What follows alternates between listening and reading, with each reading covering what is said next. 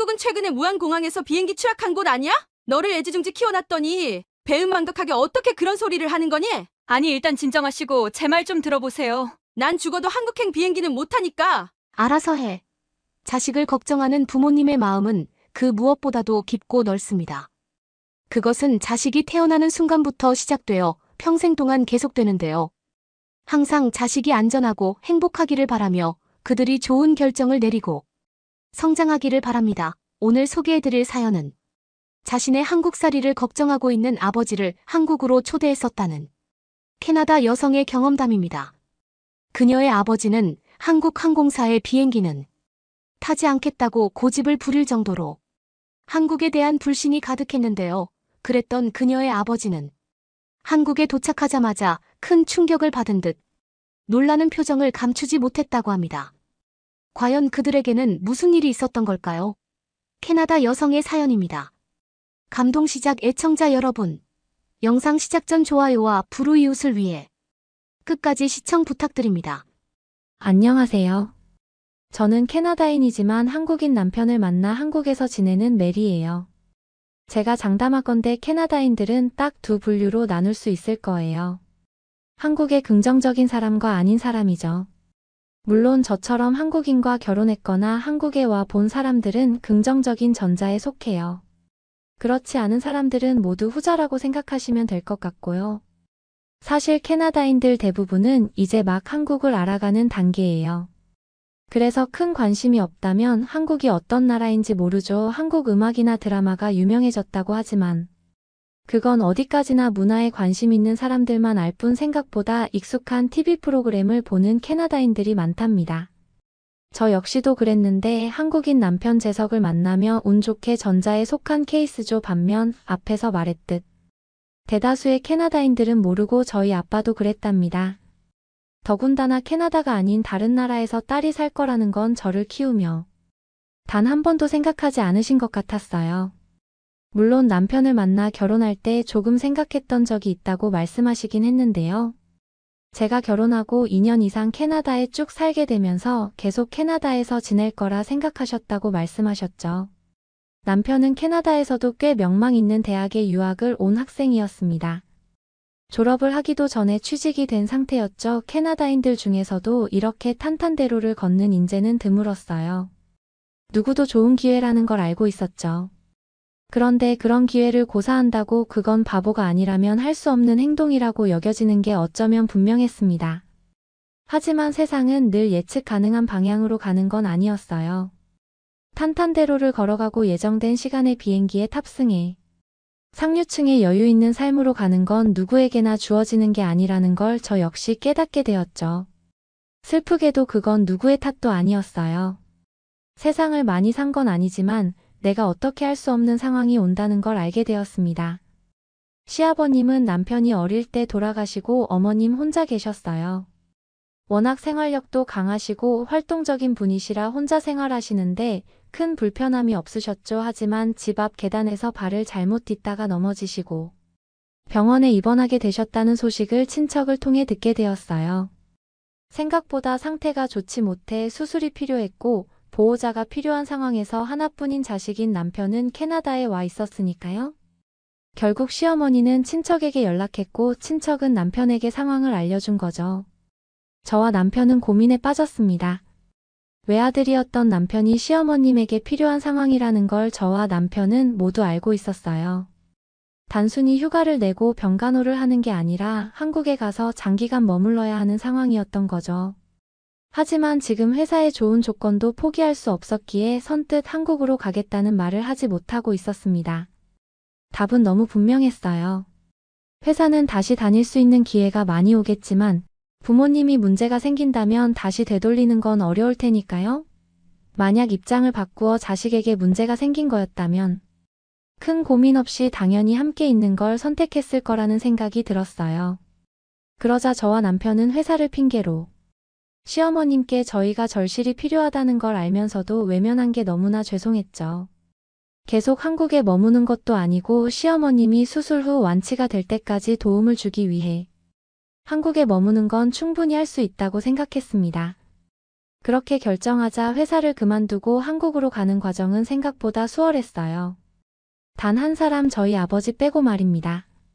아빠는 저 역시 외동딸이고 하나밖에 없는 자식인데 머나먼 타국으로 보낸다는 게 불만이셨어요. 물론 어쩔 수 없는 상황으로 사돈에게 도움이 필요하다는 걸 아빠도 알고 있었어요.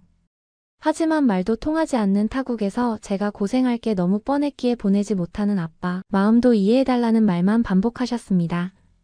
제가 아직 부모가 된 게 아니라 정확히 어떤 마음인지 알 수 없었지만 어렴풋이 어떤 느낌인지 알 것 같았어요. 그래서 그런 아빠에게 서운함이 느껴지기보다 고마움과 애틋함 같은 감정들이 제 안에 뒤엉켜 있었죠. 그렇게 전 남편과 함께 한국행 비행기를 타고 한국에 왔고 한국 생활이 시작되었습니다. 다행히 남편은 대학 선배의 도움으로 좋은 회사에 금방 취업할 수 있었어요.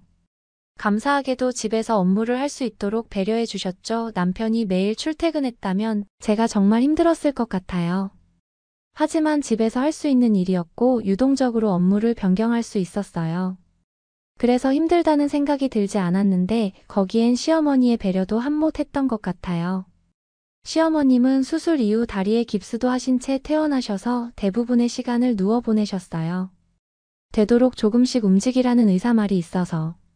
남편이 업무를 하는 시간엔 제가 시어머님을 부축하고 집안을 걸어 다니기도 했는데요.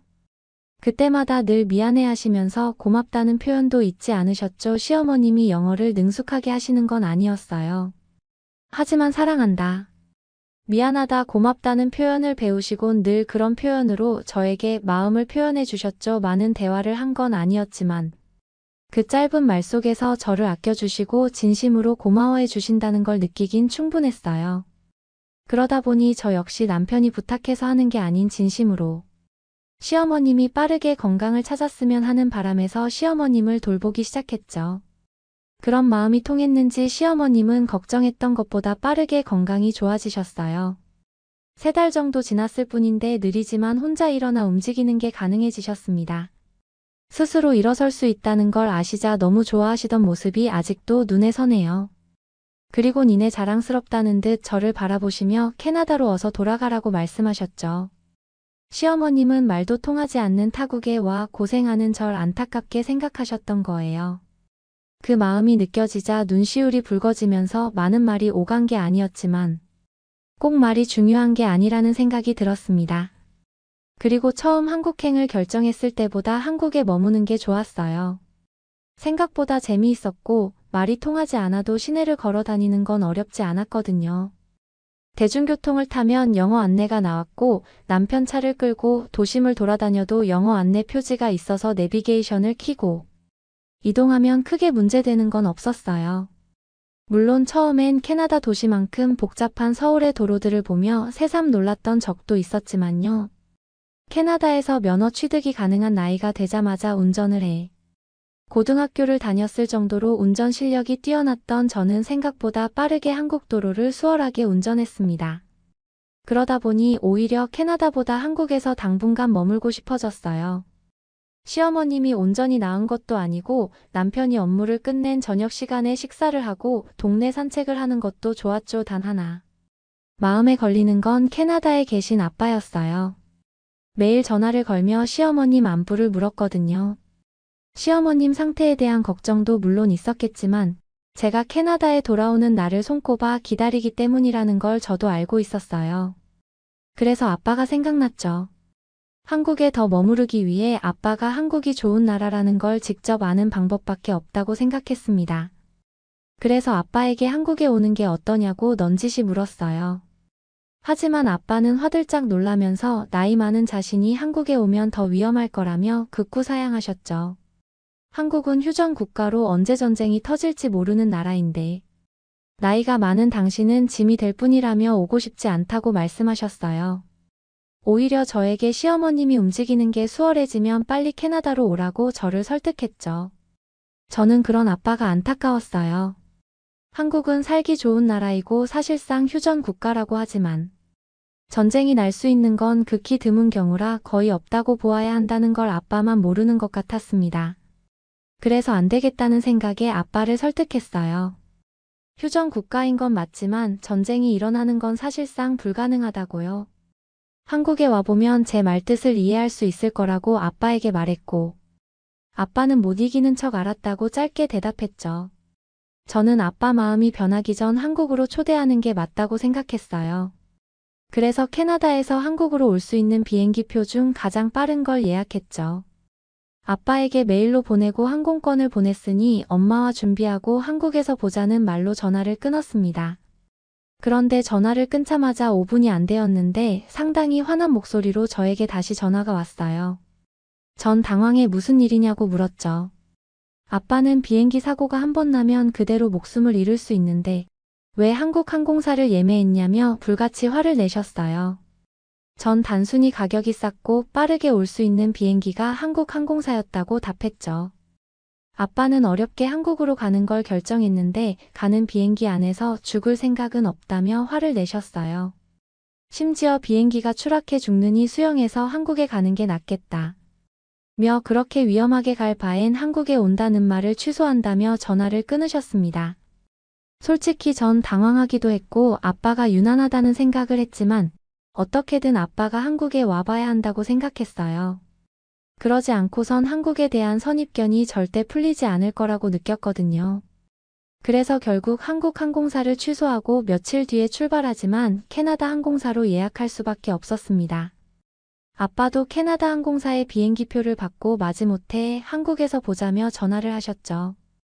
그리고 며칠 뒤 한국행 비행기를 곧 탑승한다는 전화를 받았고 전 아빠의 도착 시간에 맞춰 인천공항으로 마중 나갔습니다. 인천공항에서 아빠 엄마를 만나자 정말 반가웠어요. 태어나서 처음 3개월 이상 떨어져 지냈기에 부모님의 소중함을 새삼 느낄 수 있었죠.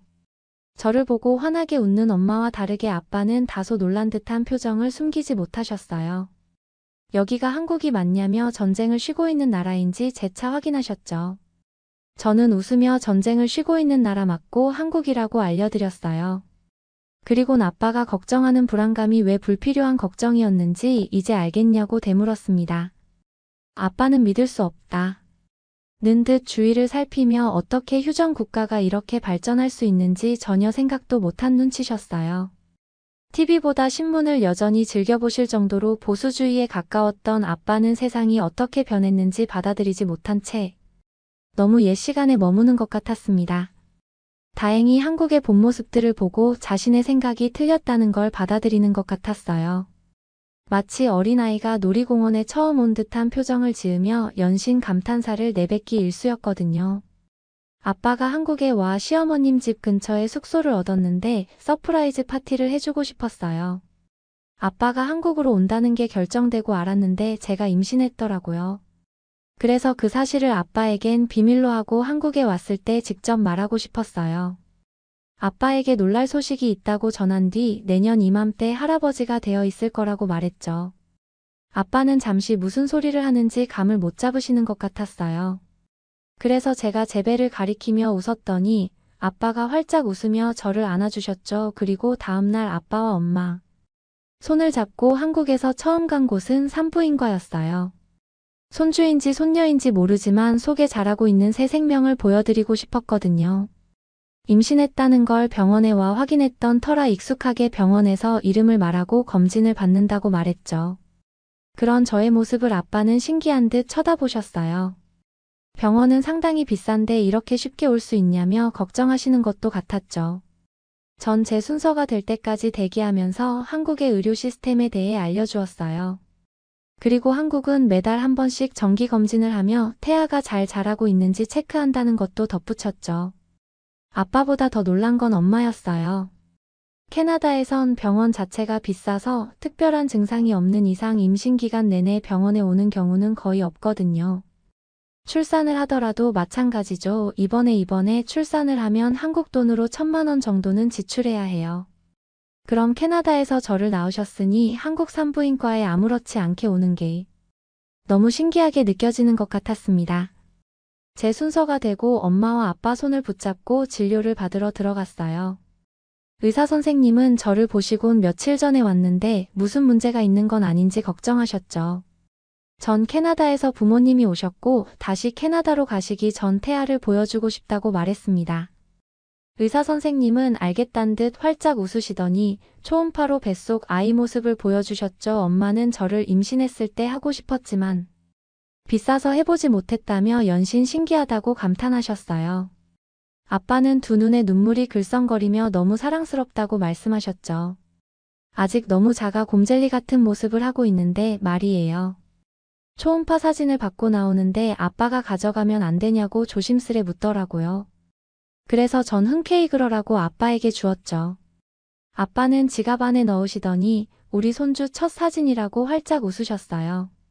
그 모습을 보는데 한국에 오길 참 잘했다는 생각이 들었습니다. 캐나다에 있었다면 이런 기쁨들을 누릴 생각도 못하고 지나쳤을 거예요. 우리 엄마가 그랬던 것처럼요. 그런 저의 생각을 아빠와 엄마도 하셨는지 한국에 머물고 싶어 하는 제 마음을 이해한다고 말씀해 주시더라고요. 의료 시스템만 봐도 한국이 얼마나 안전하고 선진국인지 충분히 알 수 있다고 덧붙이셨죠. 그 후 일주일 정도 한국에 더 머물러 계셨는데 좋아하셨어요. 얼마나 좋아하셨는지 캐나다로 돌아갈 땐 한국 항공사를 이용해 보겠다고 말씀하실 정도였습니다. 이 정도 친절한 나라라면 한국 항공사의 서비스가 궁금하다고요. 그리고 정말 캐나다로 돌아가실 땐 한국 항공사 티켓을 예약하셨죠. 그리고 어제 잘 도착했다고 전화가 왔는데 한국 항공사의 기내식도 맛있었고 승무원들이 더 잘 웃고 친절하게 안내해줘 편안하게 올 수 있었다고 말씀하시더라고요. 아빠는 당연히 한국에서 출산하고 캐나다로 돌아올 거라고 생각하시는 것 같았어요. 다음에 한국에 올 땐 한국 항공사를 이용해야겠다며 손자가 태어날 때 다시 한국에서 만나자라고 전화를 끊으셨거든요. 이제는 제가 한국에 머문다고 불안해하지 않는 아빠 덕분에 어쩌면 아이가 태어난 후쯤 한국에서 지낼지도 모르겠네요. 어떻게 보셨나요? 한국으로 아버지를 초대했던 캐나다 여성의 사연이었습니다. 한국에서의 생활과 아버지의 한국 방문은 그녀가 가족 간의 유대감을 높이는 데 많은 도움이 되었는데요. 그녀의 아버지 역시 한국에 대한 선입견이 잘못되었다는 것을 깨닫고 한국에서 즐거운 시간을 보낼 수 있었습니다. 특히 시어머니의 건강 때문에 뜻하지 않는 한국 생활을 하게 되었지만 오히려 가족 간의 화합을 하는 계기가 되었다는 사실이 감동적인데요. 앞으로도 한국 생활을 하는 동안 계속해서 행복하고 좋은 일들만 가득했으면 좋겠네요. 구독과 좋아요 부탁드리며 사연자분께 전해드릴 댓글도 남겨주시면 전달해드리겠습니다. 그러면 더욱 감동적인 다음 사연으로 넘어가겠습니다. 안녕하세요. 샤르비라고 해요. 저는 러시아에서 수년간 훈련을 해온 여군이었었죠. 그것도 일반 군인이 아니라 초엘리트 군인이었어요. 비록 지금은 아니지만요. 남편이 제가 무슨 군인을 했냐며 믿을 수 없다고 그러긴 하지만 사고로 부상을 당하기 전까지만 해도 저는 특수부대 엘리트 요원으로 러시아의 미래를 지키기 위해 다양한 활약들을 했어요. 그때는 그게 저희 숙명이자 그것보다 중요한 건 없다고 여겼거든요. 저는 해군 출신으로 동기들 중에서도 독보적인 실력을 갖췄었죠. 러시아 여군인 제가 겪었던 이야기 한번 들어보실래요? 제 남편은 아무리 말해도 안 믿어주더라고요. 왜냐하면 한국 사람들한테는 너무 당연한 게 다른 나라 사람들한테는 아닌 것들이 많거든요. 이젠 저도 알지만 만약 지금까지 계속 러시아에 살았다면 아마 아직까지 저도 몰랐지 않을까요? 어떤 것 때문에 놀랐는지 이야기 들려드릴게요. 앞에 이야기 드린 것처럼 저는 엘리트 군인이었습니다. 하지만 처음부터 엘리트 군인은 아니었죠. 모두가 다 군인은 해야 하지만 누구나 엘리트 군인이 될 수는 없잖아요. 이런 이야기 어떻게 들으실지 모르겠지만 저는 실력만큼 인정을 받지 못했어요. 그 이유는 제 예쁜 외모 때문이었어요. 저희 어머니는 지역에서도 알아주는 미녀였는데 어머니를 쏙 빼닮은 저는 군인으로서 인정을 받지 못하고 뭘 해도 예쁜 척을 한다는 동료들의 손가락질을 받아야 했어요. 다른 사람들은 눈부시게 아름다운 외모를 가진 게 참 좋을 것 같다고 하기도 말했지만 저는 전혀 아니었습니다. 군인으로서 예쁜 외모는 약한 무기처럼 느껴졌으니까요. 그래서 그런지 저는 스스로 제 모습이 싫어 머리도 짧게 자르기도 하고 제 실력만으로 평가받고 싶어 남들보다 더 피나는 노력을 했던 것 같습니다. 다양한 전투 기술을 연마하는 데 전념했고, 위험한 작전에서 절대 빠지지 않았죠. 일부러 더 참여하려고 했던 것 같아요. 인정받고 싶은 마음에서요. 그 결과 결국 엘리트 군인으로 인정을 받게 됐고, 이제야 모든 것이 제가 바라는 대로 이루어졌다 싶었습니다. 하지만 행복은 그리 오래가지 않았어요. 딱 그 무렵 불행한 사고가 발생하게 되었습니다. 위험한 작전에 투입되게 되었습니다. 평소와 마찬가지로 저는 전혀 망설이지 않았죠. 우려했던 것보다 모든 것은 순조로웠습니다. 하지만 끝까지 긴장의 끈을 놓으면 안 됐어요. 모든 임무가 끝나고 확인해 보니 동료 한 명이 사라진 것을 뒤늦게 알아차렸습니다. 뜨거운 태양이 쉴 새 없이 내리쬐는 그날 전투 장비의 무게도 있고 동료를 찾기 위해 안간힘을 다했습니다. 그렇게 몇 시간이 지났을까? 순간 세상이 핑하고 도는 기분을 느꼈고, 치워지지 않은 고철 더미를 밟으며 그대로 발목이 꺾인 채 저 아래로 추락하고 말았습니다. 끝없이 떨어지며 그 짧은 순간에 눈앞이 캄캄해지면서 쿵 하는 소리와 함께 바닥에 구겨지듯 떨어졌습니다. 직감적으로 알 수 있었습니다. 이건 보통 부상이 아니겠구나 하면서요. 찢어질 듯한 큰 고통이었습니다. 점점 더 정신이 혼미해지고 혼란스러워지고 있었습니다. 그냥 넘어진 것도 아니고 무거운 장비들을 맨 채로 쓰러졌지만 점점 정신을 잃어갔죠. 더 문제는 거기가 워낙 인적이 드문 곳이었기 때문에 저희 부상을 알아채준 사람이 없었던 거였습니다. 결국 저는 늦게 발견되었고 병원으로 옮겨진 저는 생각보다 부상이 꽤 심각하다는 걸 알게 되며 그렇게 24살에 평생 할 것만 같았던 저의 군 생활은 갑자기 끝이 나버렸습니다. 누구보다 강한 여군이 될 거라 다짐했던 제 스스로에게 했던 다짐이 무너져버린 것만 같았어요. 더 허무했던 건 제가 찾으러 갔던 동료는 잠시 무단 이탈을 한 것일 뿐. 아무 일 없었던 것으로 밝혀졌지요. 갑자기 찾아온 납득할 수 없는 제대는 저를 망연자실하게 했습니다. 회복할 수 없는 정신 상태였죠. 병원에서 건강을 위해 회복부터 했지만 마음의 새살은 여전히 돋아나질 않았습니다. 그 후 고통스러운 몇 달 동안 저는 새로운 현실을 받아들이기 위해 고군분투했습니다. 저는 제 인생의 절반 이상을 군인이 되기 위해 지칠 줄 모르는 훈련에 바쳤는데 갑자기 모든 것들을 잃어버리니까 마치 어디로 가야 할지 모르는 길 잃은 미아가 된 것 같이 무서운 기분이 들었습니다. 이제 상처투성이가 된 저는 다시는 어떤 일도 사랑하지 못할 것 같았습니다. 태어나 처음으로 저는 미래에 대해 완전히 상실감을 느꼈습니다. 군인은 제가 어릴 적부터 꿈꿔온 목표이자 살아가는 목적의식이었거든요. 저는 제 자리를 찾지 못한 채 뭘 해야 할지 모르고 서성였던 것 같아요. 제가 군인이 되고 싶었던 가장 큰 이유는 지긋지긋한 안전하지 못한 집에서 벗어나고 싶어서였습니다. 제가 태어나 자란 마을은 아주 위협적이고 위험한 곳이었습니다. 언제든지 범죄가 일어나도 누구 하나 제대로 도움을 주지 못하는 그런 곳이었죠. 그랬기에 어릴 적부터 그곳에 사는 많은 사람들은 항상 스스로를 지키는데 촉각을 곤두세워야 했습니다. 그게 우리가 살아가는 방식이었죠. 어릴 적부터 위험한 환경에서 자라온 저는 저 스스로를 지키는 게 당연했고, 그건 엄마도 늘 강조하시던 말이었죠. 엄마의 가르침에 딱 맞는 직업 중에선 군인만큼 완벽한 이상향은 없었습니다. 그런 꿈에서 멀어지고 난 상실감에 한동안 슬픔에 정신을 차리지 못했던 것 같습니다. 그러다 더는 이러면 안 되겠다는 생각에 앞으로 어떻게 살아야 할지 확신을 찾으러 잠시 해외로 여행을 떠나 다양한 관점을 얻기로 했습니다. 꼼꼼하지만 빠르게 준비를 마쳤고 이번 기회가 제 인생 두 번째로 새로운 의미를 찾을 수 있기를 바라며 아시아 전역으로 혼자 배낭여행을 떠났습니다. 비행기가 이륙하면서 보이는 광활한 지평선을 바라보며 앞으로 내 인생에 무엇이 펼쳐질지 궁금해졌습니다. 무엇을 기대해야 할지 몰랐지만 완전히 새로운 장이 이제 시작될 거라는 설명할 수 없는 어떤 마음이 생겼죠.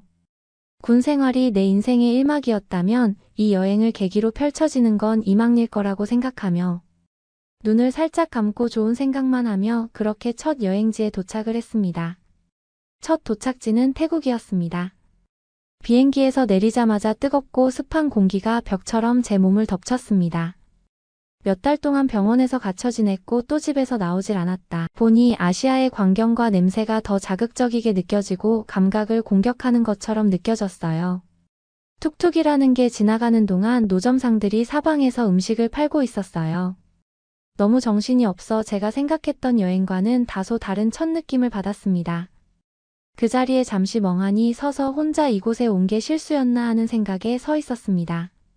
배낭의 무게 때문에 다쳤던 발목의 통증이 얼마나 심해지는지. 우선 이 무거운 짐부터 숙소에 두고 움직여야겠다고 판단했죠. 혼잡한 거리를 뚫고 천천히 숙소로 향했습니다. 체크인을 마치고 마침내 짐을 내려놓고 침대에 쓰러져 안도를 했습니다. 그때까지는 사실 몰랐죠. 그 숙소 상태가 얼마나 안 좋은지 같은 거 말이에요. 그냥 너무 피곤하고 힘드니까 우선 가방과 함께 기절하긴 했는데 그대로 2시간 정도 잠이 들었던 것 같아요. 시끄러운 소리와 함께 눈을 떴습니다. 시끄러운 중국어 소리가 들렸어요. 분명히 중국 사람이었습니다. 저는 중국어를 잘 못한다고 영어로 말을 걸었죠. 그러자 다행히 영어를 할 수 있었죠. 그녀의 이름은 라푼이라고 저처럼 혼자 여행을 온 여대생이라고 했어요. 나이도 저와 동갑이라 우린 금방 친해졌습니다. 라푼과 대화를 나누고 나서 뒤늦게 나서야 본 숙소의 상태는 인터넷으로 봤던 것과는 전혀 다른 모습이었습니다. 간혹 실제와 사진이 많이 다르다고 하긴 했는데 이 정도일 줄은 몰라서 큰 충격을 받았죠. 곰팡이는 기본이고 눕친 냄새에 물도 한참 있어야 나오는데 아주 졸졸 나와서 저는 아시아가 많이 열악하구나 하는 생각이 들었죠. 태어나 처음 와본 아시아 국가가 그랬다면 여러분들도 아마 그러셨을 거예요. 지금 생각해보면 거기서 잠시도 못 머무를 것 같은데 그때는 뭐 이미 돈도 다 지불했고 이틀만 머물면 되는 거니까 하는 생각으로 참기로 했죠. 그래도 라푼 덕분에 정말 아무런 계획 없이 혼자서 아시아를 횡단하듯 배낭여행을 하려고 했던 저에게 이정표 역할을 해줬던 것 같아요. 라푼은 여기저기에 대한 정보도 많이 알고 있었고 소식이에 대해 상당히 많이 알고 있었어요. 우리는 아시아 여행에 대해 관심이 많았고 라푼의 도움을 상당히 많이 받았어요. 라푼 덕분에 혼자 다닐 때보다 덜 부담스러웠어요. 아무리 훈련받은 군인이라고 해도 부상이 아직 완전히 회복되지 않은 데다가 밤에 다수의 사람들을 혼자 이길 수는 없는 노릇이니까요. 라푼 덕분에 함께 태국을 여행하며 혼자서는 감히 엄두도 내지 못했을 모험을 찾아 나섰습니다. 산을 오르고 길거리 음식을 맛보고 밤늦게까지 이야기를 나누며 긴장을 풀고 여행을 즐기기 시작했어요. 오랜만에 순간순간을 사는 것이 어떤 느낌인지 다시금 깨닫게 되었죠. 우리는 며칠 동안 거리를 돌아다니며 시장을 둘러보고 도시의 열광적인 에너지를 만끽했습니다. 사실 방콕은 사람들은 친절했지만 언어 장벽을 극복하는 것은 까다롭긴 했어요. 밤에는 활기찬 파티 현장을 피해서 평온한 삶을 사는 다른 여행자들 사이에서 이질감을 느끼기도 했고요. 하지만 라푼이 있어줬기 때문에 참 위안이 되기도 했던 것 같아요. 아주 낯선 곳에서 진정한 친구를 만난 기분이 들었습니다. 저는 사실 이렇다 할 수 있을 정도로 진실한 사이가 없거든요. 여자친구 중에서는 친한 친구라 말할 수 있는 사람이 없어요. 다들 저를 싫어했어요. 소위 말해서는 질투라 할 수 있긴 한데 그냥 제가 생긴 것부터 싫다며 어릴 때부터 친구들과 뭔가 함께한 추억이 없었죠. 그래서 그런지 군인이 되어 동료들과의 사이에 큰 소속감과 안정감을 느꼈어요. 그래서 없어진 동료를 찾기 위해 그렇게 고군분투했는지도 모르겠어요. 뭐 결국 결과는 이렇게 됐지만요. 그런 저에게 라푼과 함께 한 추억은 말로 다 할 수 없을 만큼 값진 날들이었습니다. 한 일주일 정도 됐을 때 저는 다음 여행지로 싱가포르를 가야 했습니다. 라푼이 그러자고 했죠. 저는 사실 다음 목적지가 어디든 상관없었지만 서울로 꼭 가보고 싶었어요. 항상 서울을 보면서 서울의 문화를 경험하고 싶었거든요. 하지만 라푼은 굳이 서울은 볼 것도 없다면서 결국 싱가포르가 다음 예정지가 되었습니다. 우린 비행기를 예약했고 그렇게 싱가포르로 떠나게 되었죠. 하지만 여기서부터 현실을 제대로 깨닫는 순간이 찾아오게 되었습니다. 공항에 도착한 뒤 입국 심사대는 꽉 들어차 있었습니다. 러시아 여권을 건넨 저는 빠르게 통과했지만 라푼은 아무리 기다려도 오질 않는 겁니다. 저는 묵묵히 기다렸죠. 처음에는 그냥 기다리다가 나중에는 무슨 일인지 걱정이 되기 시작했어요. 그녀가 있는 입국 심사대 쪽을 보자 경비원의 표정은 찡그리고 있고 라푼은 여태껏 본 적 없는 상당히 긴장되어 있는 표정으로 저에게 도와달라는 듯 쳐다보고 있었어요. 저 없이는 그녀가 통과하는데 어려움이 있어 보였죠. 도움을 주려고 라푼에게 다가가려는 순간 경비원은 그녀를 옆으로 끌어당겼습니다. 그들이 라푼을 끌고 가는 모습을 보면서 마음이 가라앉았습니다. 어떻게 해야 할지 몰라 망설이며 혼자 세관을 통과했습니다. 밖에 나온 저는 그냥 나가야 할지 아니면 무슨 일이 있었는지 알아봐야 할지 고민에 빠졌습니다. 그렇게 1시간 정도가 지나고 라푼은 울었는지 퉁퉁 부은 눈을 하고 드디어 나왔더군요. 저는 무슨 일인지 걱정스레 물었는데 라푼은 진심으로 저에게 너는 비자 없어도 된다. 이거죠. 이기적이야 라며 화를 내더군요. 얼마나 걱정을 하고 있었는데 저에게 건넨 첫마디가 짜증이라니 어이가 없었죠. 올라오는 화를 억누르며 무슨 일인지 물었더니 라푼이 비자 서류에 문제가 있어서 입국을 허용에 문제가 있던 거였다고 했죠. 그러면서 예전에도 이런 경험이 있었다면서 한두 번도 아니고 맨날 이런 취급을 받는 거에 대해 억울하다며 계속해서 울고 짜증을 냈습니다. 이 해프닝이 있은 후 숙소까지 가는 길에도 우리는 이전과 달리 공기도 서먹해지고 달라짐을 느꼈습니다. 내가 입국을 못하게 한 것도 아닌데 왜 저렇게 짜증을 내는지 저도 화가 나더라고요. 하지만 숙소는 함께 쓰기로 해서 게스트하우스를 같이 가게 됐죠. 서먹한 기분의 여행이 재미가 있었겠어요. 당연히 최악이었습니다. 그래도 어쩌겠어요. 우리는 어색해도 해볼 것들은 해보려고 애썼죠. 하지만 뭘 해도 이전과는 다른 느낌이었던 것 같아요. 재미도 없고 서로에게 불만만 가득한 시간이었습니다. 우리는 그래서 숙소는 같이 쓰지만 서로 일정을 보내고 만나자고 협의했습니다. 처음부터 혼자 여행을 하기로 계획했던 거였기 때문에 혼자서 다니는 게 맞겠다 싶기도 했어요. 혼자만의 여행을 드디어 시작했습니다. 둘이 하는 여정의 매력도 있지만 혼자서 하는 여정도 분명히 매력이 있었죠. 그렇게 혼자 걷던 골목길 발목이 또 무리를 했는지 말썽을 일으켰습니다. 그냥 보이는 벤치에 앉아서 쉬려고 털썩 주저앉았는데 누가 저에게 소리를 지르며 저를 확 밀어버렸습니다. 그것도 웬 남자가요. 어이가 없었죠. 반사신경으로 그 남자를 단숨에 제 앞에 바닥에 내리꽂아 버렸습니다. 그러자 그 남자가 뭐라 영어가 아닌 말로 이야기하기 시작했어요. 자세히 들어보니 그건 한국어였죠. 분명 한국어였습니다. 제가 한국어 드라마를 좋아하기 때문에 듣자마자 알 수 있었어요. 저는 그 남자에게 영어로 할 수 있냐며 물었고 그 남자는 영어로 잘못했다고 하며 사정을 설명했죠. 이 의자가 방금 페인트 칠을 하는 걸 봤다고 그래서 앉지 말라고 하려다가 그렇게 된 거라면서요. 웃기기도 하고 황당하기도 한 해프닝에 서로 웃어버렸던 것 같습니다. 그 남자의 이름은 진기로 음악을 하는 사람이라고 했어요. 여행을 왔다가 친구네서 놀다 며칠 후면 다시 한국에 들어간다고 했죠. 우린 앉아서 이런저런 이야기를 나눴어요. 처음 보는 사람이다 보니 숨길 것도 없고 꾸며낼 것도 없어 차라리 대화하는 게 더 편했습니다. 음악이라는 제가 상상하지도 않던 전혀 색다른 분야를 하는 사람과 말하는 건 재미있고 시간 가는 줄 몰랐던 것 같아요. 그는 유쾌하고 유머러스하고 또 친절했어요. 그는 마침 숙소를 구하고 있다고 했고 제가 머물고 있는 숙소가 자리가 있다고 해서 그렇게 같은 숙소에 머물게 되었습니다. 게스트하우스에 마침 몇 자리가 비어 있었기 때문에 무사히 진기가 머물 수 있게 됐죠. 라푼과 진기는 서로 인사를 나눴고 우연히 만나게 된 자초지종을 설명했습니다. 그러면서 우리는 하루의 일정을 마치고 샤워를 한 뒤 휴게실에서 맥주를 마시며 시간을 보내기도 하고 보드게임을 하기도 했어요. 진기가 중간에서 조율을 해줘서 그런지 어색했던 사이도 조금씩 괜찮아지는 것 같았어요.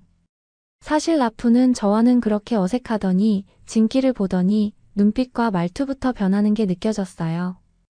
여자로서 여자가 여자를 보면 느껴지죠. 미묘한 그 변화가 있어요. 라푼은 딱 봐도 진기를 마음에 들어가는 것 같았습니다.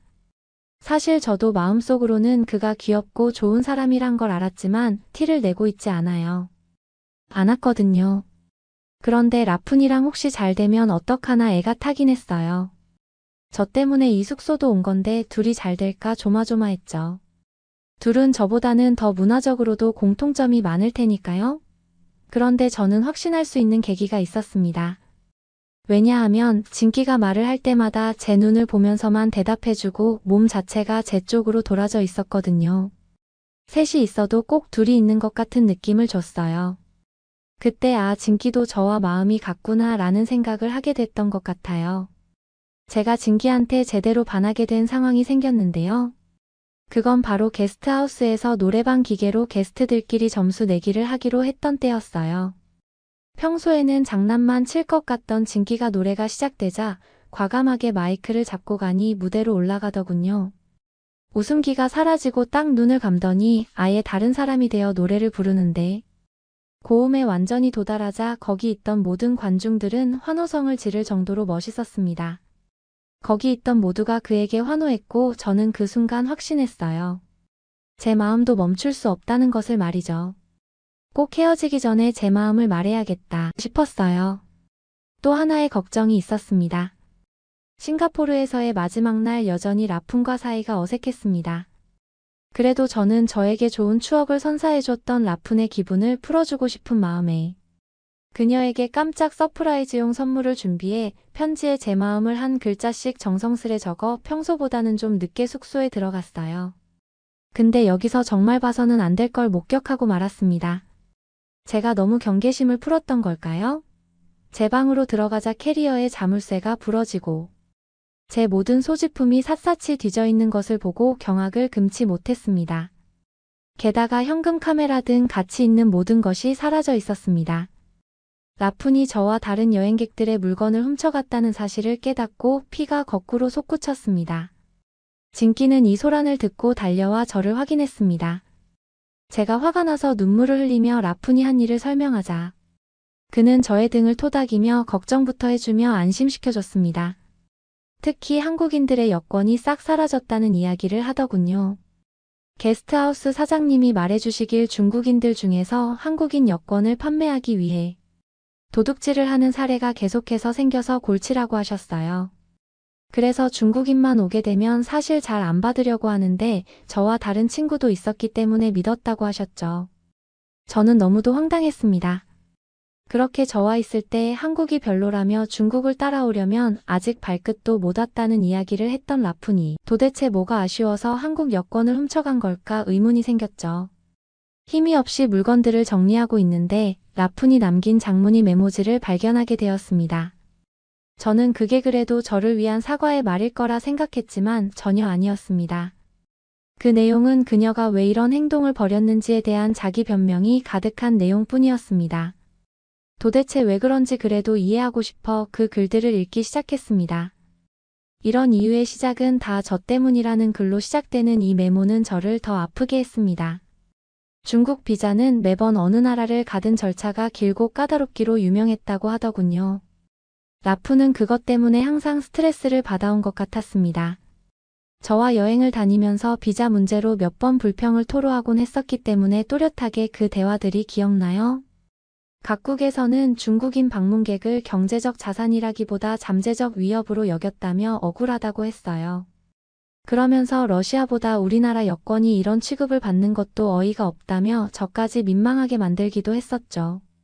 여권이라는 건 단순한 여행 서류 이상의 역할을 하잖아요. 여권이라고 해서 모두 다 같은 파워를 가진 게 아니라는 걸 저도 이번 여행을 통해서 제대로 배우게 됐습니다. 여권은 각 여권마다 고유한 권한과 제한 사항이 있는 세계로 통하는 관문이었어요. 여권이 바로 글로벌 무대의 영향력 지표라는 걸 이제는 확실하게 알죠. 거기서 항상 후순위로 밀렸다고 생각하는 중국 여권을 가진 사람들은 특히나 한국 여권을 가진 사람들에게 큰 열등감을 가지고 있다고 하더군요. 중국이 세계적으로 영향력이 커졌다고 해서 저는 여권 또한 그럴 거라고 생각했지만 현실은 그렇지 않았습니다.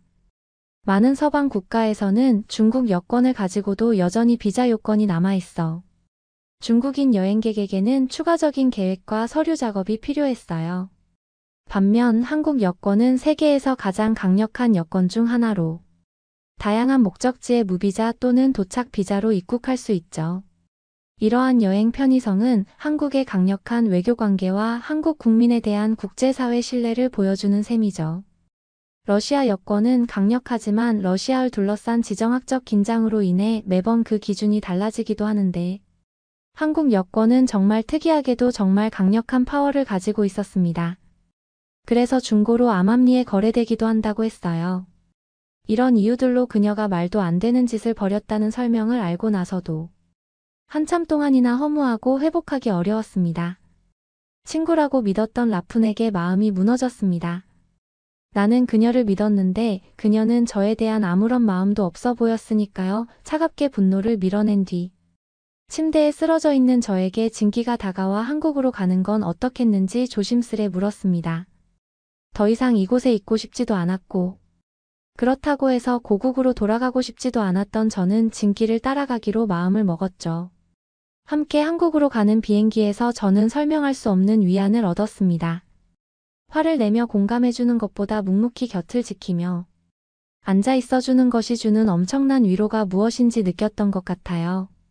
다행히 러시아 여권으로 한국에 단기로 머물 수 있었습니다.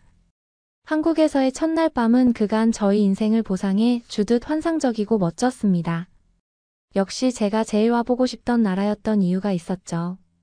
제가 기대했던 것보다 그 이상으로 멋진 곳이었죠. 안전함은 말할 것도 없어서 한국에서 있을 때는 제 인생에서 처음으로 경계심을 내려놓고 있는 그대로 즐길 수 있었던 것 같아요.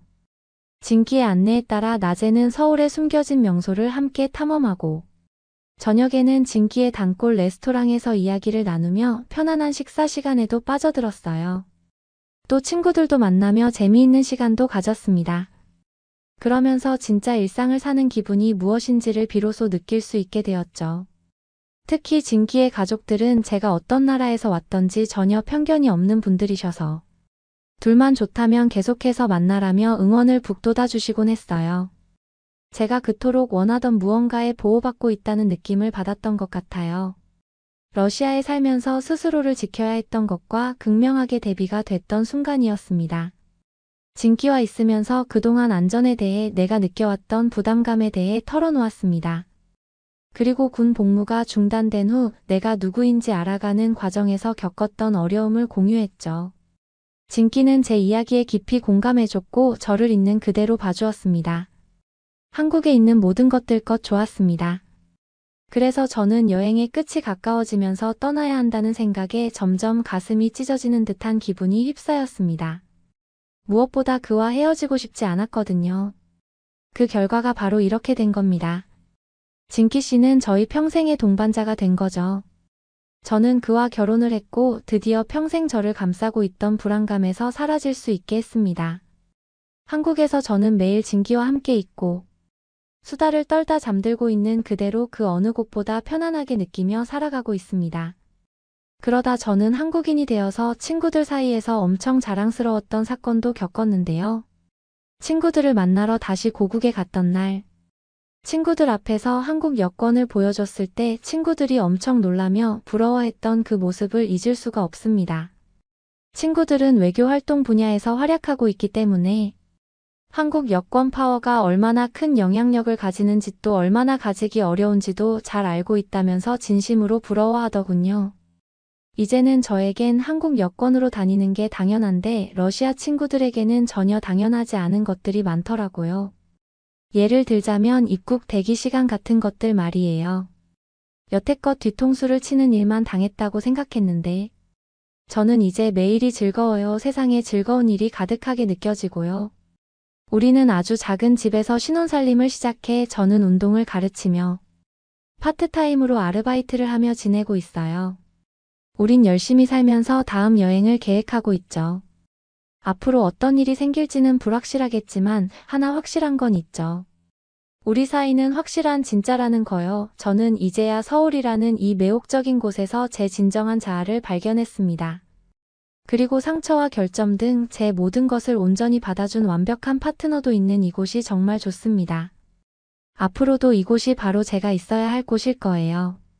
제 인생은 불확실성의 소용돌이였고 우여곡절로 가득 찬 이야기였지만 제 인생의 두 번째 챕터는 분명히 해피엔딩인 것 같아요. 진기와 결혼하고 한국 여권을 얻으면서부터 제 세상은 극적으로 바뀌었거든요. 이 강력한 여권은 단순히 여행 방식만 바꾼 것이 아니라 제가 항상 꿈꿔왔던 삶의 열쇠를 쥐게 해줬습니다. 여러분에게도 이런 행운의 열쇠를 찾는 여정이 있기를 바랄게요. 그러면 더욱 재미있는 다음 사연으로 넘어가겠습니다. 세상에 폐가 아프지가 않아요. 두통도 사라졌다고요.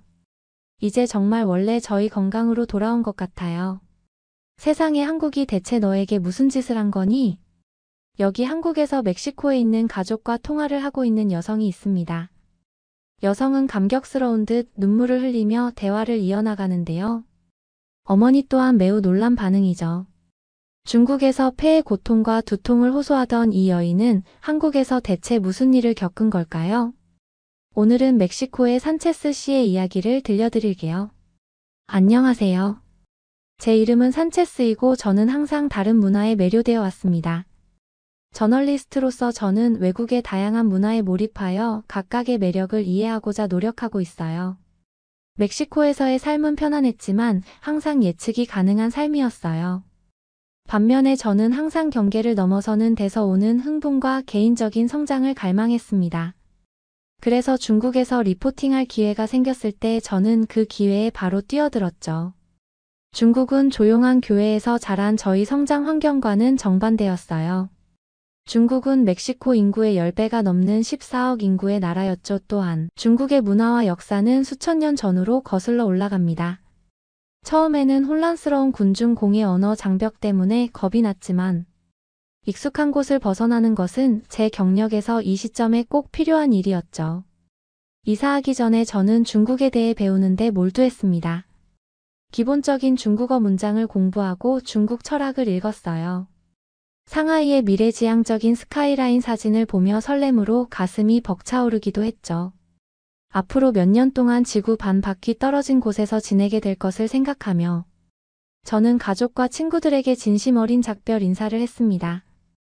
오랜 시간 동안의 비행은 중국 전역에서 스릴 넘치는 모험을 꿈꿀 수 있는 충분한 시간을 제공해 주었어요. 비행기에서 내리자마자 상하이의 습기가 제 얼굴을 강타했습니다. 8월의 공기는 숟가락으로 떠먹을 수 있을 정도로 짙었죠. 하지만 가장 인상적이었던 것은 향신료와 자동차 배기가스 쓰레기와 섞인 독특한 냄새들이었습니다. 선율에 맞춰 흥겨운 목소리가 사방에서 떠들썩하게 울려 퍼지고 있었어요. 공항에서 나오자 반짝이는 검은 머리카락과 도자기 같은 얼굴이 제 금발, 웨이브와 창백한 피부와 대조를 이루고 있었죠. 저는 분명 외국인으로서 눈에 띄었어요.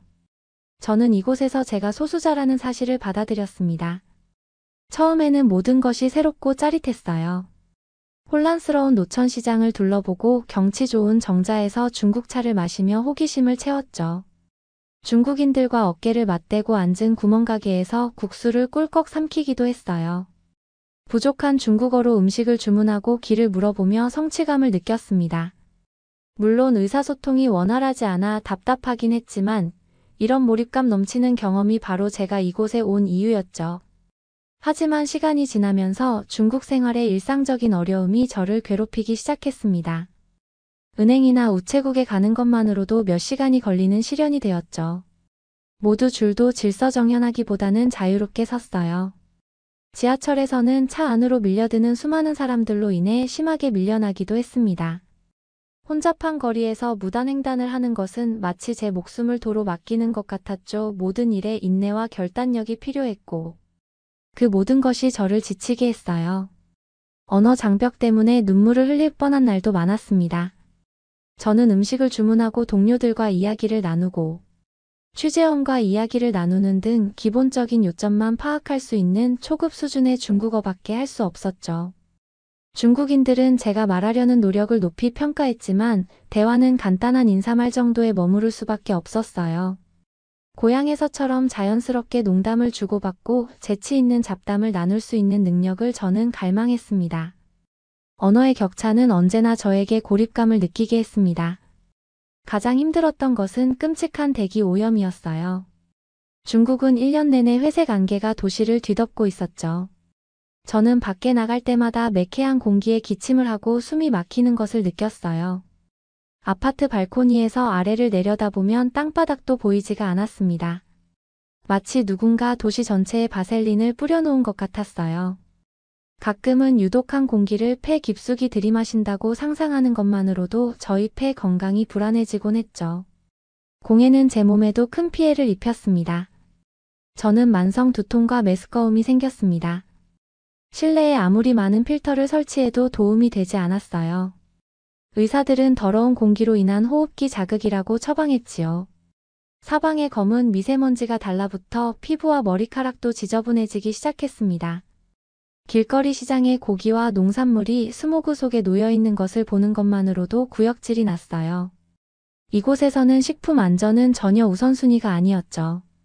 새로운 중국 음식을 먹어보는 것도 몇 번의 식중독 사건 이후 금세 매력을 잃고 말았습니다. 한 번은 가지인 줄 알고 주문했는데 작은 뼈로 가득 찬 생선구이 한 접시를 받은 적이 있었어요. 또 한 번은 소고기 국수에서 정체를 알 수 없는 부위가 나와 속이 뒤집힌 적도 있었죠. 그 후로 저는 음식을 꼼꼼히 살피고 부드러운 테이크아웃 음식을 고르는 법을 배웠어요. 소화 건강을 위해 위험을 피하고 지금은 지루하게 살게 되었죠. 중국 생활 3년이 지나면서 처음의 매력은 좌절과 외로움으로 바뀌었습니다. 일상의 불편함은 저의 긍정적인 태도를 조금씩 무너뜨렸어요. 저는 긴장을 풀고 여유롭게 말하고 심호흡을 하고 자연스러운 식사를 하는 것이 그리워졌습니다. 주말을 실내에 갇혀 지내다 보니 자연 하이킹 친구들과의 와인 한 잔, 익숙한 동네 산책 같은 소박한 즐거움 사라져 우울해졌어요. 그래도 취재 업무와 중국인들과의 우정 속에서 저는 소소한 행복을 찾을 수 있었습니다. 하지만 중국에서의 생활로 인한 정신적 부담은 피할 수 없었죠. 아시아 대륙 전역에서 취재할 수 있는 이 기회는 젊은 기자로서 저에게 필요한 방식으로 저를 확장하게 만들었어요. 저는 낯선 상황에서 인내심을 갖고 장애물에 접근하는 법을 배웠습니다. 하지만 30대에 접어들면서 중국 생활에 대한 환멸의 한계점에 도달해버리고 말았죠. 그래서 매니저가 서울에 지사가 생긴다는 얘기를 해주었을 때 저는 새로운 나라에서 새롭게 시작할 수 있는 기회라고 생각했어요. 한국은 중국처럼 현대적이고 발전했지만 덜 혼란스럽다고 생각했기 때문이죠. 질서 정연한 사회와 군침 도는 음식들이 제 마음을 사로잡았어요. 그래서 저는 곧 중국에서의 시련을 뒤로하고 서울로 이주할 계획을 열심히 세우기 시작했습니다. 중국은 저에게 귀중한 교훈을 주었지만 건강과 행복을 해친 것도 부인할 수 없었으니까요. 한국은 이국적인 세계를 탐험하고 싶은 제 열정에 다시 불을 붙일 수 있는 새로운 모험이었습니다. 한국은 확실히 새로운 나라에서 새롭게 시작할 수 있는 기회였습니다. 문화음식 시설에 대해 좋은 이야기를 많이 들었거든요. 여러 친구들이 서울을 방문해 국제적인 분위기와 현대적인 편의시설에 대해 극찬하는 것을 들은 적이 있었어요. 그들은 한국이 중국보다 더 편안하고 친절하다고 묘사했죠. 쓰레기 분리수거와 깨끗한 공중화장실 같은 사소한 부분에서도 시민의 자부심을 느낄 수 있다고 했습니다. 고속전철과 저렴한 택시 같은 질서, 정연하고 효율적인 서비스도 제가 원하는 체계에 대한 갈망에 호소하고 있었죠. 중국에서 혼란스러운 3년을 보낸 저에게 한국은 유토피아 같은 낙원처럼 느껴지기 시작했습니다. 하지만 동시에 중국을 떠난다는 것은 제가 쌓아온 인맥과 일상의 희생을 의미하기도 했어요. 시간이 지나면서 저는 중국 문화의 복잡성을 이해하는데 도움을 준 중국인들과 우정을 쌓았기 때문이죠. 이제 제 중국어 실력은 동료들과 대화를 나누고 식당에서 주문을 하고 택시기사와 협상을 할 수 있을 정도로 향상되어 있었어요. 상하이의 눈부신 스카이라인과 활기찬 에너지도 좋아하게 되었죠. 중국은 답답하기도 했지만 익숙해지기도 했습니다. 반면에 한국에서 처음부터 다시 시작하면 혼란스러울 것 같은 느낌이 들기도 했죠. 업무 스타일이 다른 새로운 팀에 적응하는 것에 대한 두려움도 있었어요. 현재 동료들은 수줍음이 많고 내성적인 한국인에 비해 제가 얼마나 직설적인지에 대해 농담 삼아 말하곤 했거든요. 그들은 제가 시끄러운 외국인이라 금방 눈에 띌 거라고 했죠. 업무적인 회의에서 저는 캐주얼하고 아무 생각 없이 말하는 경향이 있었거든요. 이런 외향적인 태도가 한국의 정숙한 문화에서 부적절하게 비춰지지 않을까요? 동료들의 신뢰를 얻지 못하거나 제 역할에 성공하지 못할까 하는 생각에 걱정이 되었어요. 하지만 마음 깊은 곳에서는 한국에서의 생활이 유익한 변화가 될 것이라는 생각이 들었습니다.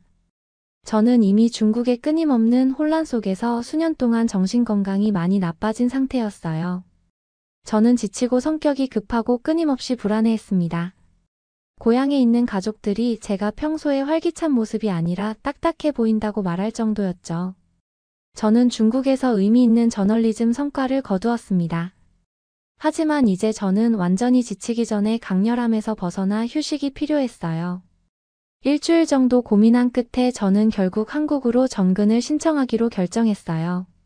새로운 도시, 새로운 동료, 새로운 언어 문제 등 모든 것을 다시 시작해야 하는 선택이었죠. 하지만 제 직감은 이것이 올바른 길이라고 말하고 있었어요. 한국은 깨끗한 공기, 안전한 음식, 친절한 사람들, 효율적인 인프라 등 무한한 가능성을 보여주고 있었기 때문이죠. 중국의 수렁에 갇혀 시간을 보내는 대신 한국의 산을 오르며 이 활기찬 문화에 대해 글을 쓸 수 있을 것 같았습니다. 그래서 저는 다음 3주 동안 중국에서의 미뤄둔 일들을 마무리하고 이사를 준비했어요. 제 경험을 풍성하게 해준 친한 친구와 동료들과는 씁쓸한 작별을 해야 했지만 저희는 앞으로도 계속 연락하고 방문하기로 약속했어요. 몇 가지 짐을 집으로 보낸 후 저는 필수품이 담긴 여행 가방 하나를 챙겼어요.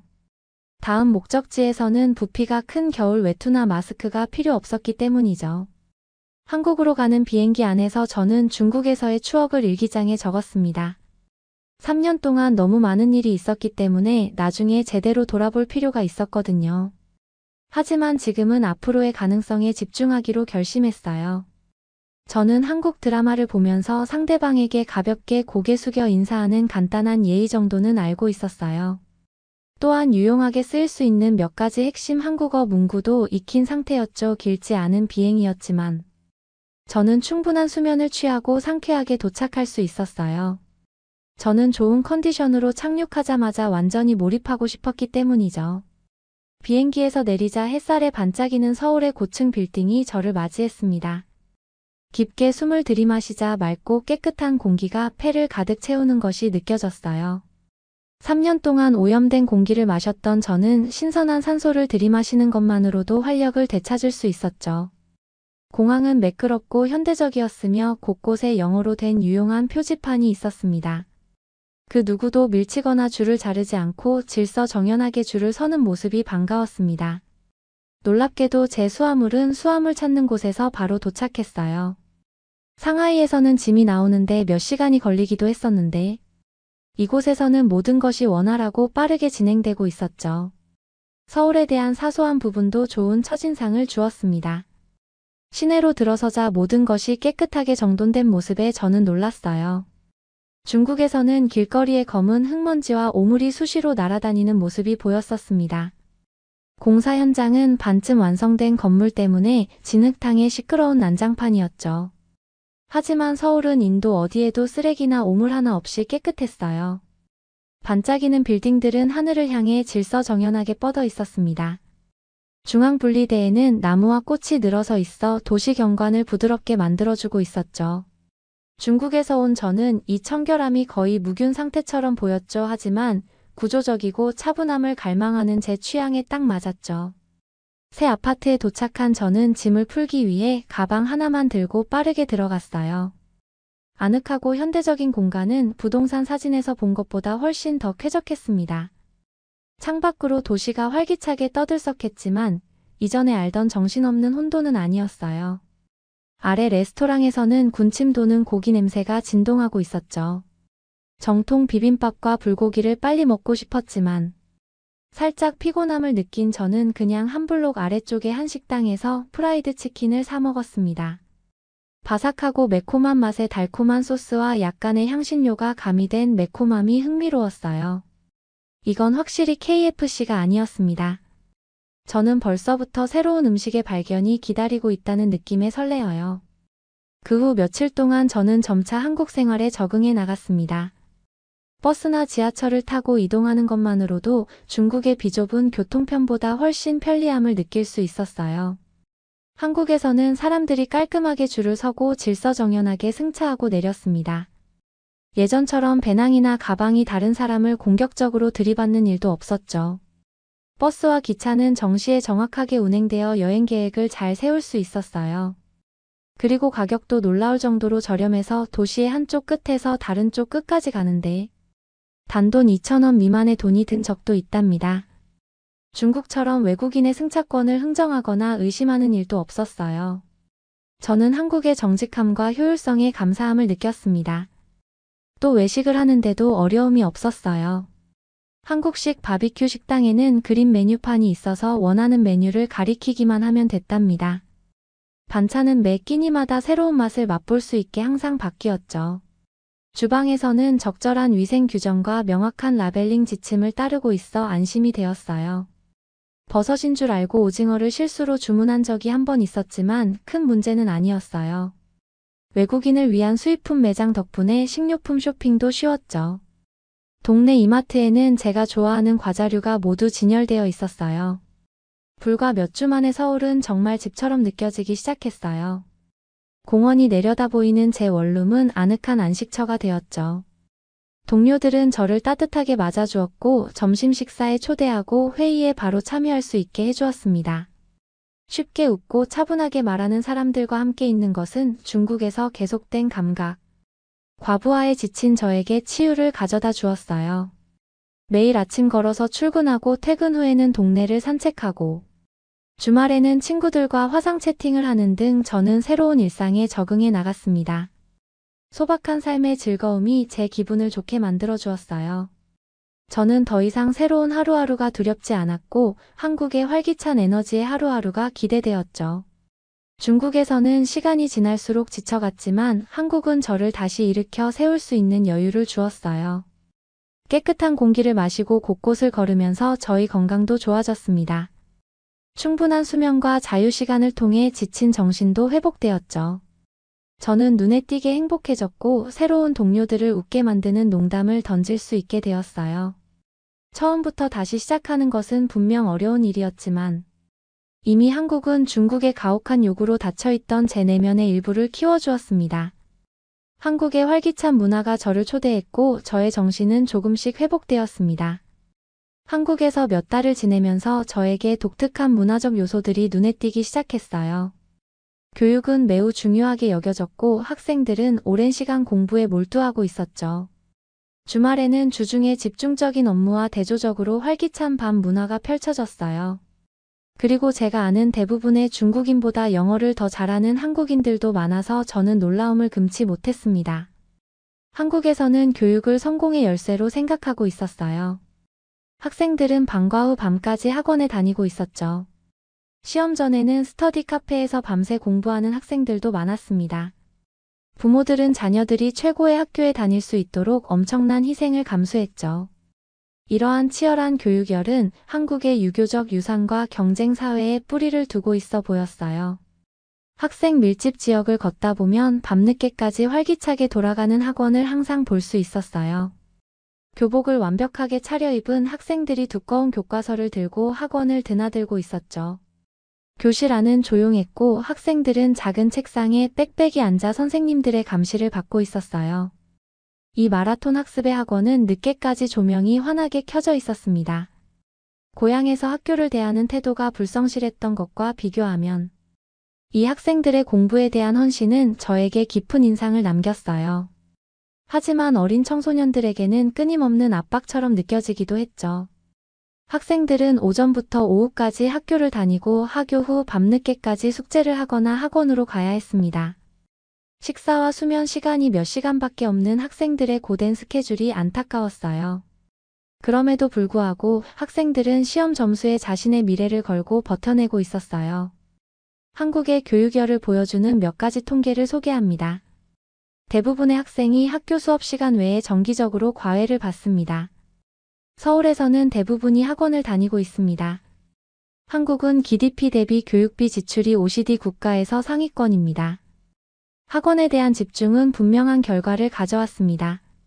한국은 성인의 80% 이상이 고등교육 학위를 취득합니다. 영어 능력은 대부분의 아시아 국가를 능가하고 있죠. 평일에는 교육이 주를 이루지만 주말에는 한국의 활기찬 청년 문화가 드러납니다. 금요일이 되면 젊음의 거리인 대학가가 활기를 띠었어요. 긴 한 줄을 책과 씨름한 젊은이들은 음식과 음료를 즐기며 긴장을 풀 준비가 되어 있었고, 홍대나 이태원 같은 국제적인 핫스팟은 인파로 넘쳐났습니다. 친구들과 함께 상점을 둘러보다가 카페나 노래방으로 향하는 사람들이 많았어요. 가장 인기 있는 클럽의 줄은 블록을 따라 길게 늘어서 있기도 했죠. 비교적 조용한 중국의 밤 문화와 비교하면 한국의 주말은 정말 놀라웠어요. 한국은 패션도 대담했는데 학생들은 밝은 색으로 머리를 염색하고 엣지 있는 스타일을 시도하고 있었어요. 딱딱한 학창시절에 놓쳤던 개성을 마음껏 표현하고 있었죠.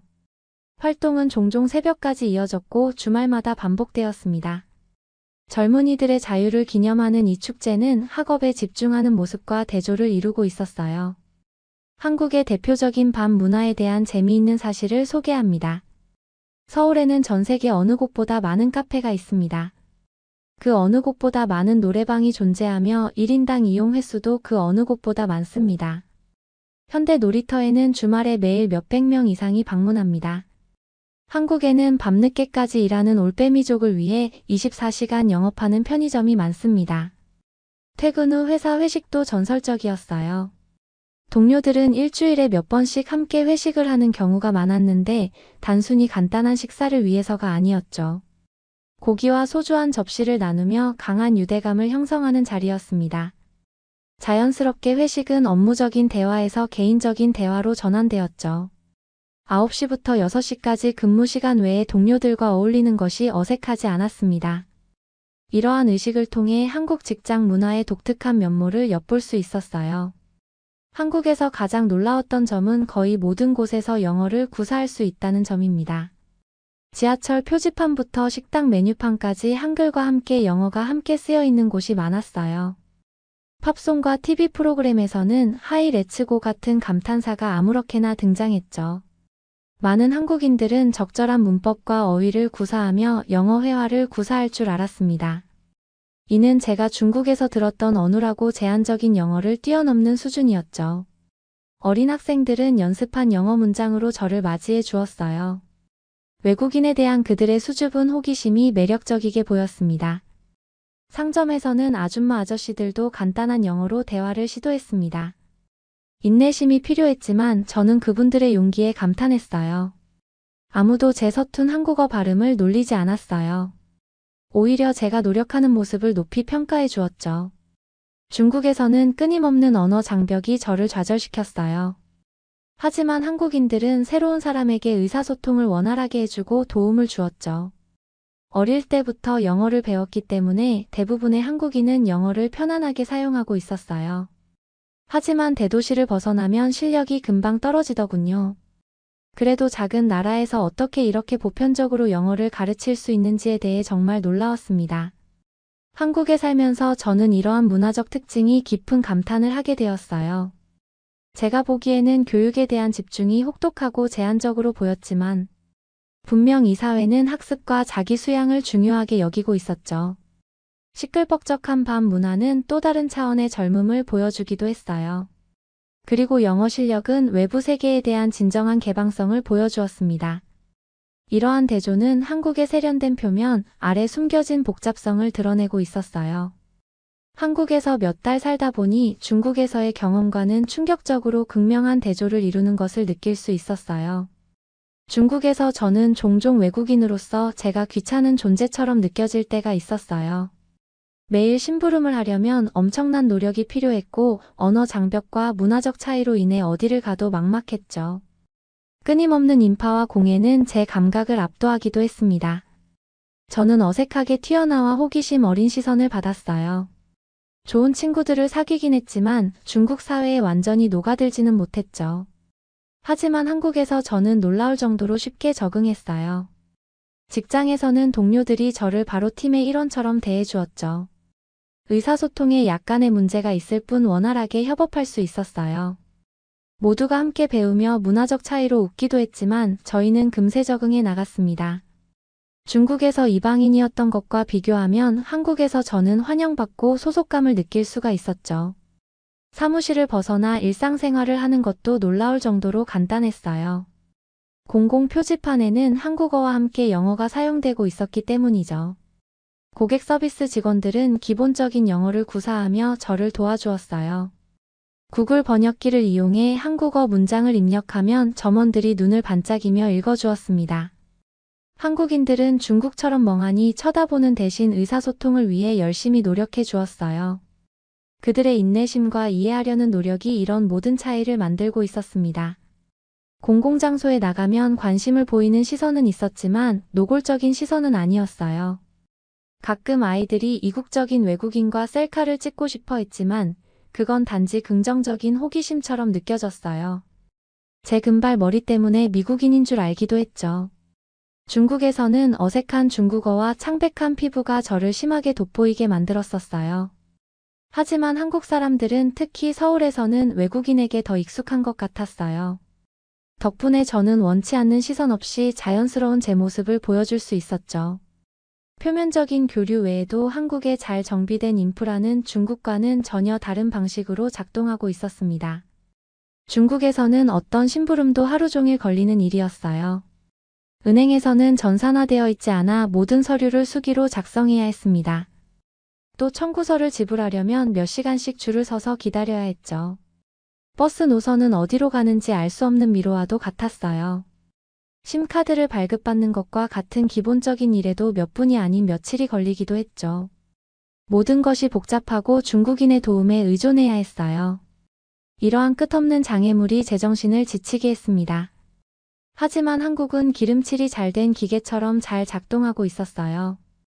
디지털 시스템은 은행 업무부터 대중교통 이용까지 모든 과정을 간소화하고 있었죠.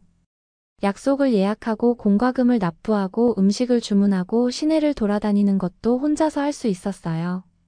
혼란이나 혼동 없이 모든 것이 논리적으로 작동하고 있었습니다. 이러한 매끄러운 안정성은 중국과의 전투를 겪은 후 저에게 치유였어요. 예상했던 번거로움은 거의 발생하지 않았고 의미 있는 활동에 더 많은 시간과 에너지를 할애할 수 있었습니다. 기능적인 부분 외에도 한국의 자연환경은 말 그대로 신선한 숨결 같았어요. 중국의 지속적인 공해로 인해 저는 거의 매일 두통을 겪었습니다. 공기는 매연 냄새를 풍기고 목이 따가웠죠. 하지만 한국에서는 대부분의 날에 파란 하늘이 펼쳐졌습니다. 저는 서울 외곽의 산을 오르며 탁 트인 멋진 전망을 감상했어요. 기침 없이 심호흡을 하고 나니 기운이 회복되는 것 같았죠. 음식도 더 이상 중국의 느슨한 안전기준 때문에 불안해하지 않아도 되었어요. 위생검사를 받은 식당에서 한국의 맛을 즐길 수 있었기 때문이죠. 식재료는 적절하게 보관되고 조리되고 정직하게 표시되어 있었습니다.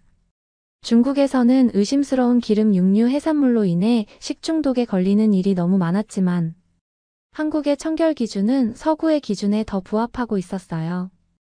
몇 년 만에 처음으로 병에 걸릴 염려 없이 새로운 음식을 먹어볼 수 있었죠. 이러한 자유는 실용적이면서도 한국의 발전을 상징하는 것이었어요. 가장 중요한 것은 중국이 제 정신건강을 고갈시켰던 방식으로 한국은 제 정신건강을 키워줬다는 점입니다. 3년 동안 공해 안전위험 통신 장벽과 싸우면서 제 몸은 지쳐 있었습니다. 당시 제 기분은 항상 예민했고 쉽게 좌절하고 짜증을 냈죠. 끊임없는 스트레스로 두통과 소화불량 불면증까지 생겼었어요. 하지만 이제는 모든 것이 편리하고 안락한 한국에서 생활하면서 숨을 고르고 사색하며 재충전할 수 있는 여유가 생겼습니다. 제 태도는 부드러워지고 인내심과 호기심은 다시 생겨났어요. 한국의 활기찬 에너지는 중국의 무자비한 각박함 없이도 저를 자극하고 있었습니다. 한국에는 중국에는 없는 안전망이 존재하고 있었어요. 저렴한 의료보험 덕분에 치료에 대한 스트레스가 덜했습니다. 식품과 제품의 경우 기본적인 품질 보증이 있어 안심할 수 있었죠. 이러한 보호장치 덕분에 저는 경계를 넓히면서도 여유를 가질 수 있었어요. 비영어권 국가로 이주하는 것에 대한 불안감 없이 안정감을 갖고 도전할 수 있었죠. 이러한 건강한 균형은 수년간의 중국에서의 과도한 경계심을 겪은 저에게 꼭 필요했던 것이었어요. 불과 몇 달 만에 한국에 순조롭게 정착한 것은 중국에서 겪었던 어려움을 생각하면 놀라운 일이었어요. 언어 음식 사회적 규범에 적응하는데 저는 큰 어려움이 있을 거라고 예상했습니다. 하지만 한국인들은 첫날부터 저를 따뜻하게 맞아주었어요. 한국은 적절한 지원 체계를 갖춘 잘 운영되는 사회였습니다. 효율적인 시스템 덕분에 중국에서 겪었던 불필요한 번거로움과 장벽을 최소화할 수 있었죠. 그리고 깨끗한 공기 산악지형 군침도는 비빔밥은 제 몸과 마음 정신에 영향을 공급해 주었어요. 돌이켜보면 한국은 저에게 다음 단계의 성장을 위한 완벽한 환경이라는 것을 알 수 있었어요. 중국은 저에게 근성 인내심 문화 간 역동성에 대한 귀중한 교훈을 주었습니다. 하지만 한국은 제 자신을 회복하고 다시 열 수 있는 기회를 주었어요. 한국의 따뜻한 환대에 지쳐있던 제 마음은 다시 부드러워졌습니다. 저는 이 한국 사회에 대해 깊은 감사함을 갖게 되었죠. 한국에 머무는 시간이 길어질수록 장기적으로 머물고 싶다는 생각이 계속해서 들었습니다. 중국과 달리 한국에서는 초반에 적응하고 나면 향수병이 찾아오지 않았어요. 한국 생활은 맞춤 장갑처럼 저에게 꼭 맞았습니다. 일과 우정 문화 체험에 몰입할수록 제 뿌리는 더욱 깊어져 갔어요. 이 나라는 현대와 전통이 균형을 이루고 있어 아직도 배울 점이 많다고 느껴졌습니다. 지금 이곳을 떠난다는 것은 제가 사랑하는 공동체와 이곳에서 재발견한 제 자신을 버린다는 의미이기도 해요. 그래서 동료들이 다음 해외 근무지에 대해 물어볼 때마다 저는 계속 한국을 고향이라고 부르고 싶다고 말합니다. 중국 적응에 어려움을 겪으면서 한국이 외국인을 포용하는 방식에 대해 저는 100배 더 감사하게 되었어요. 앞으로 어떤 삶을 살게 되더라도 저를 항상 믿어준 든든한 친구처럼 제 마음 한편에는 항상 한국이 남아있을 것입니다. 여러분은 어떻게 보셨나요? 응원과 격려의 한마디씩을 댓글로 남겨주시기 바랍니다. 사연자분들에게 전달해드리겠습니다. 실제 사연 제보를 받고 있습니다. 채택되신 분께는 작은 선물도 보내드리고 있습니다. 저희의 사연이 여러분의 하루에 작은 힘이 될 수 있었으면 좋겠습니다. 감동적인 사연을 주변 분들과 이야기 나눠보세요. 더욱더 좋은 영상으로 다시 찾아뵙겠습니다.